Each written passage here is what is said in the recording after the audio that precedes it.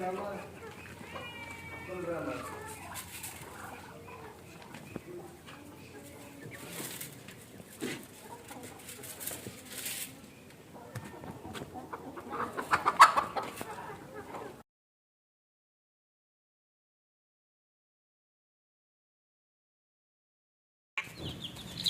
mga kabakerd, meron tayo ditong bagong harvest sa ating incubator. Actually, ito ay 4 days old na, no? Yung ating mga Rhode Island Red. Tapos may kasama siyang mga native. 4 yata yung native dito at 6 na Rhode Island, no?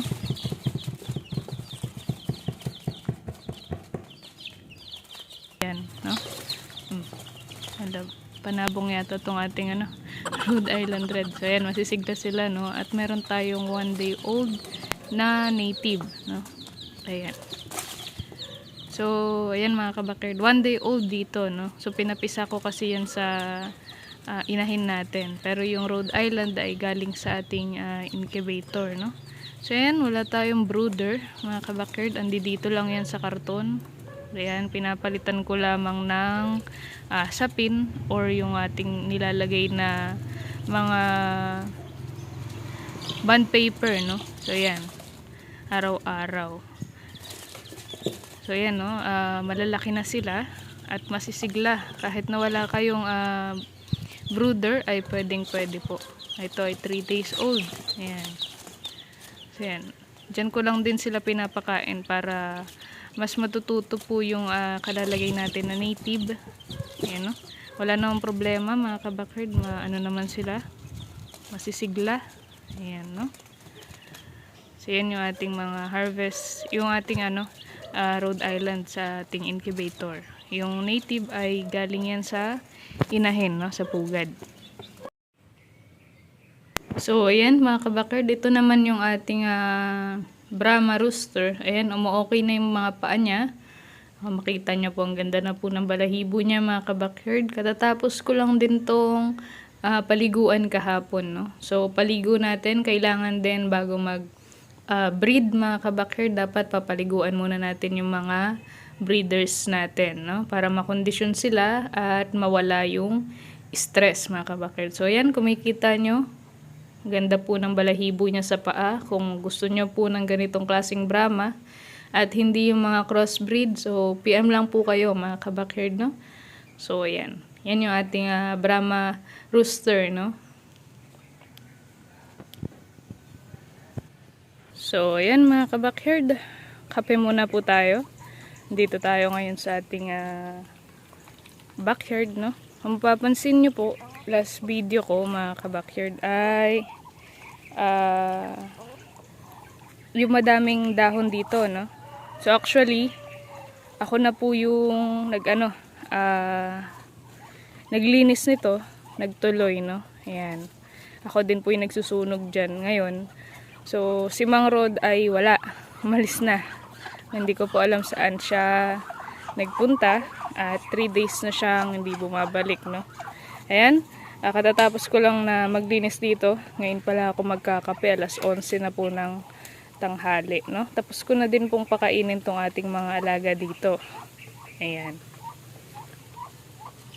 Tapos nga pala mga kabakerd, pakita ko lamang po sa inyo yung ating mga alaga dito sa brooder, no? Ayan, yung mga alaga natin sa brooder mga kabakerd ay inilipat ko na po dito sa kulungan natin, no? Ayan, ayan na sila. Yung pagkain nila is Integra 2 pa din. Ito ay yung Brahma natin na yan, 2 months na po, magto 2 months pala. Ayan, magto 2 months. Tapos itong ating mga arayar dito ay 1 month, no? 3. At saka the rest is native upgraded, no? Ayan. So napurga ko na to ng 1 beses mga kabakerd. Pangalawang beses niyan sa pangalawang buwan nila, no? 1 beses ko po sila pinupurga sa loob ng 1 buwan, no? Every month po yan, purga nila. So yun mga kabakerd, no? Pinupurga ko sila every month. Ayan. Yung mga nakalagay natin sa brooder is walang mortality, no? Wala po tayong mortality kahit ganun yung pinagbroodan natin sa kanila is nakataob na karton is okay, no? Papasok yung gusto mainitan, lalabas yung ayaw, no? Ito yung mga alaga natin dito.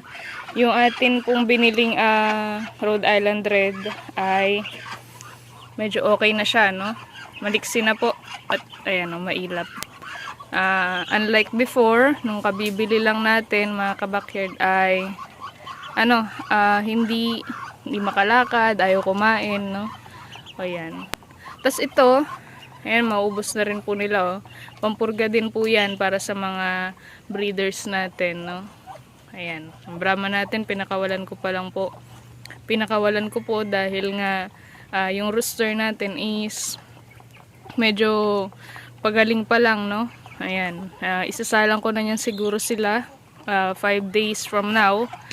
Pwede na tayo mag-breed ng Brahma sa mga naka-reserve po at sa mga naghihintay ng ating mga palabas ng Brahma is hintay-hintay lang tayo mga kabakyard, no? O ayan. Hindi po kasi natin kontrolado yung sitwasyon at yung mga nangyayari sa mga manok natin. Yan, maya-maya uulan, ngayon mainit, no? Malaki po ang epekto nun sa pagbibreed ng mga manok natin. So ayan. Ito mga kabakyard, nakapag-linis na ako dito. Ayan, susunog ko na tong ating mga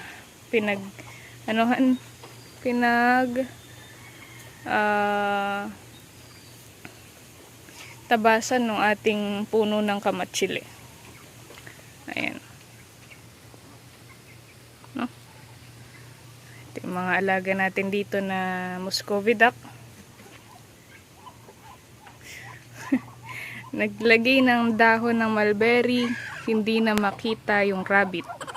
Ayan, anong nangyari sa'yo? Tago ka na dyan. Nainitan siguro to mga kabakyard, kaya nandiyan dyan sa loob ng dahon. Ayan, ganyan sila maglagay ng mga kabakyard, no? Ng dahon ng mulberry, palibhasa. Madami kaming mulberry dito. Ayan, palibhasa kasi madaming mulberry, kaya ganyan kung maglagay. Ayan, iisa lang naman yan, pero ang dami pong dahon. Pero maubos yan hanggang mamayang hapon, no? Ayan. So, ganyan. Kunin ko lang yung kape ko, mga kabakyard, dahil tanghali na. Ngayon pa lamang ako magkakape. Ayan. Ako lang po ba yung pag di nakapagkape mga kabakyard is sumasakit yung ulo. Sumasakit yung ulo ko mga kabakyard pag hindi ako nakakapagkape. Ayan. Yung mga alaga natin, no? Ito, nabitin to mga kabakyard, kaya pa ika-ika siya. Kaya inalis ko na din sila sa tali. Nabitin siya dun sa pinag-aapunan niya. Ayan. Yung barako natin is naliligo dun, oh.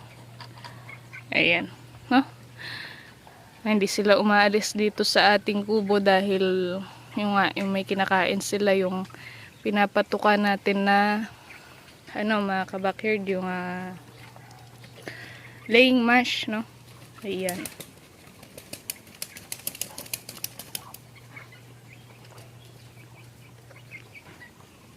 So after ko magkape is continue na naman ako maglinis dito. Ayan. Dahil wala po akong ibang aasahan. Ayan, wala si Mang Rod. Do hindi niya naman kaya talaga to, yung mga mabibigat na pagre-rake mga kabakyard. Ayan, yung rake ko. Mabigat yan, mga nasa 4 na kilo po yata yung rake na yan. Ayan.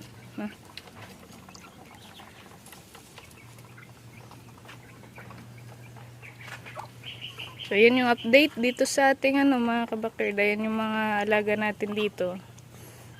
Galing sa brooder. Actually, 2 days na sila dito mga kabakyard, no? At mukhang nagugustuhan naman nila yung environment nila dahil presko, no? True and true yung hangin. Unlike dun sa brooder nila na walang masyadong hangin na pumapasok.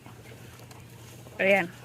So sa mga mapapadaan po ng Tarlac sa gustong kumuha nitong pair na buff Brahma natin, message lamang po kayo sa ating Facebook page, mga kabackyard, Kabackyard Official, no?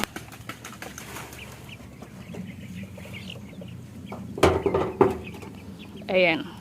Yung dalawang Brahma na yan, possible na pair yan, mga kabackyard, 2 months. Ayan, no?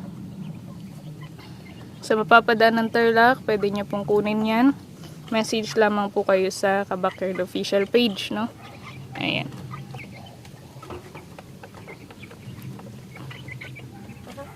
Itong ating rabbit na daw, hindi ko alam kung buntis po yan ulit, no? Kaso mukhang na-stress siya dun sa ating back. Kasi umiiyak yan before, kaya hiniwalay na po namin.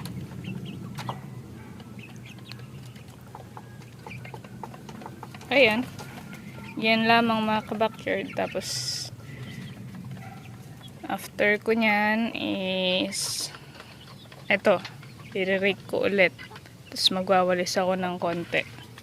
Ayan, pa konti-konti lamang mga kabackyard. Pero at least, no, maayos na yung mga alaga natin. Unlike mga nakarang araw na matamlay sila dahil parating umuulan, mga kabackyard. Ayan. So, yan. Sa mga gusto po mag-order na incubator, at sa mga naka-order na po, no, message lamang kayo mga kabackyard. Isa sa mga advantage kapag nakabili kayo ng incubator sa akin is lifetime na po yan na pwede kayong magtanong sa akin. As long as gusto nyo pong mag-chat mga kabackyard or lahat ng gusto nyong tanong, isasagutin ko po. No? Yun yung advantage kapag nakapag-avail po kayo sa akin ng incubator.